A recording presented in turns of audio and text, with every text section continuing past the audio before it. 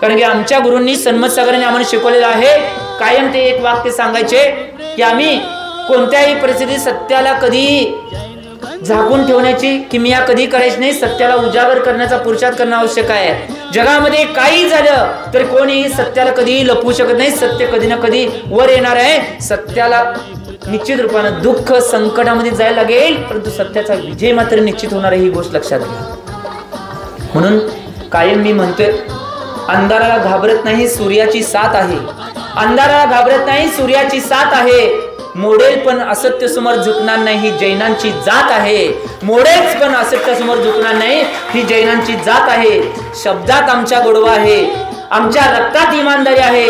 कधी पाहत नाही आम्ही कुणाचे किती जागीरदारी आहे. पंचरंगी झेंडा ही जैनांची शान आहे. मोडेल पण असत्य समोर झुकणार नाही, ही जैनांची जात सारख्या श्रावकांची आम्हाला साथ आहे. अजून आमच्या पाठीवरती आचाशींचा हात आहे.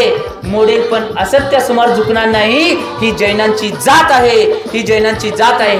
एक गोष्ट लक्षात घ्या, आम्ही कोणतेही किती कार्य केलं, धर्म केला, परंतु आज जर धर्माला पुढे घेऊन जायचं असेल तर धर्मावर जे उपसर्ग येणार आहे, धर्मावर जे संकट येणार आहे, धर्मावर जी दुःखाची वेळ येणार आहे, त्या सगळ्या वेळेमध्ये आम्ही प्रत्येक समयाला पुढे होणं आवश्यक आहे. आणि त्या प्रत्येक समयातून आम्ही धर्माला पुढे नेण्याचा पुरुषार्थ जीवनामध्ये करणं आवश्यक आहे. ही जर किमया केली तर आम्ही करू शकतोय.